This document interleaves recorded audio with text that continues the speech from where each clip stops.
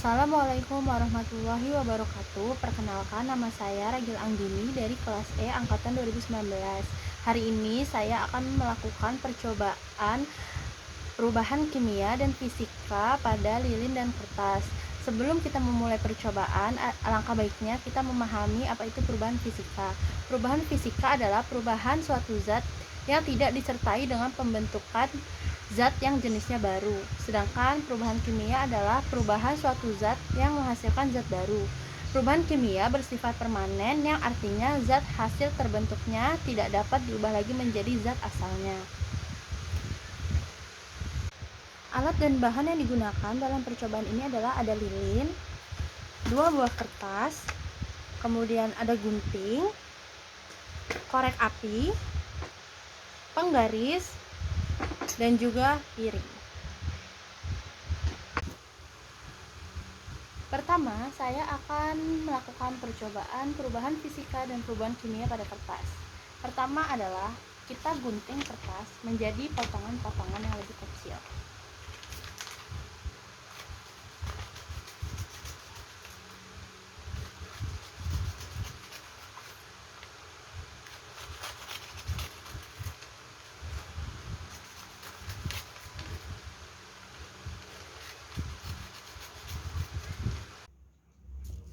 Potonglah kertas menjadi kecil seperti ini.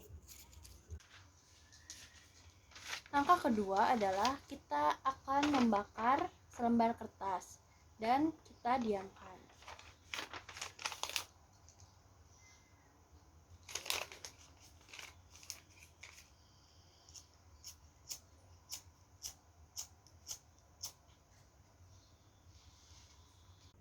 Kemudian diamkan kertas sampai api berhenti menyala atau sampai kertas menjadi abu.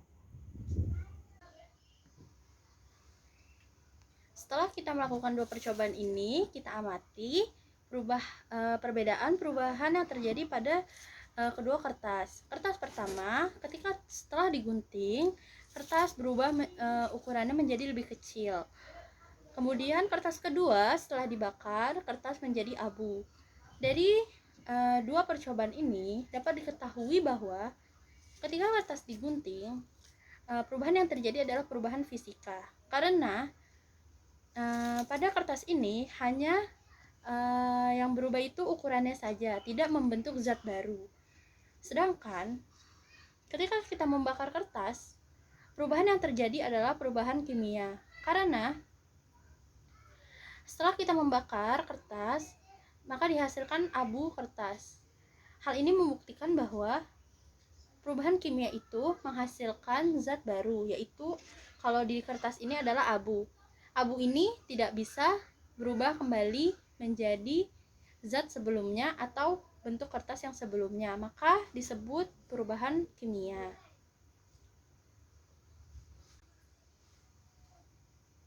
Kemudian saya akan melakukan percobaan pada lilin. Kita amati perubahan fisika dan perubahan kimia apa saja yang terdapat pada lilin. Sebelum kita menyalakan lilinnya, ada baiknya kita memperhatikan sebelum lilin dibakar. Perhatikan bentuknya. Bentuknya masih utuh, warnanya putih, sumbunya juga masih berwarna putih. Dan panjangnya kita ukur, panjangnya 14,5 cm. Kemudian langkah selanjutnya adalah kita nyalakan lilinnya.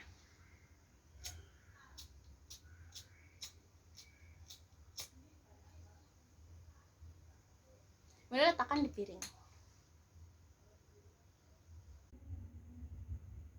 Setelah lilin dinyalakan dan diletakkan di piring, amatilah perubahan yang terjadi.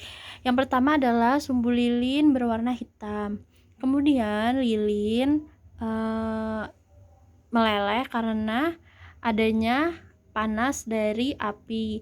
Kemudian ketika lilin dinyalakan akan terbentuk cahaya dari api tersebut.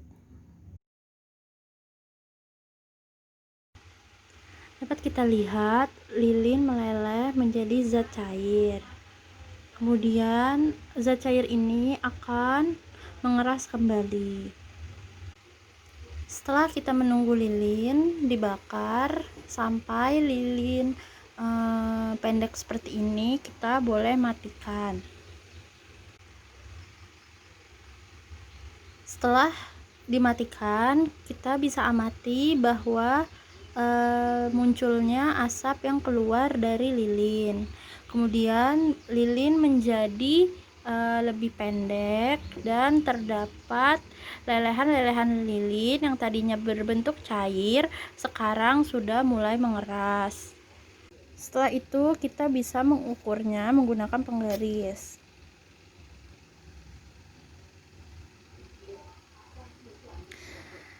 Setelah dinyalakan selama beberapa menit, kemudian dilihat bahwa lilin ukurannya menjadi 3,5 cm.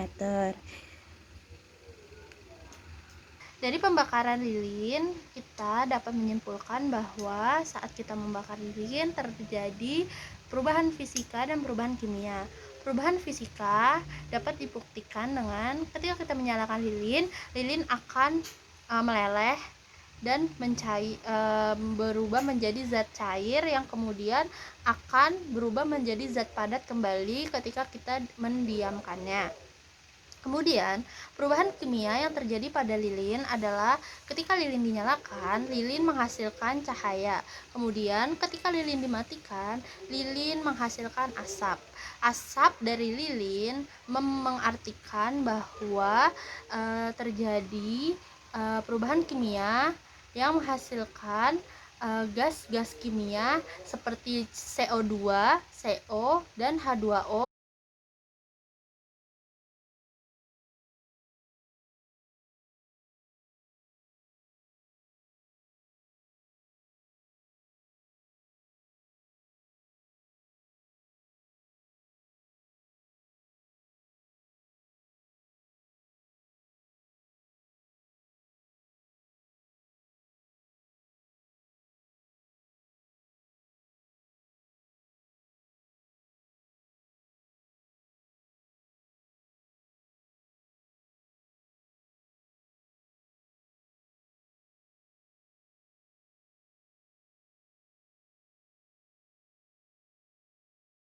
Sekian dari saya, semoga video percobaan ini bermanfaat.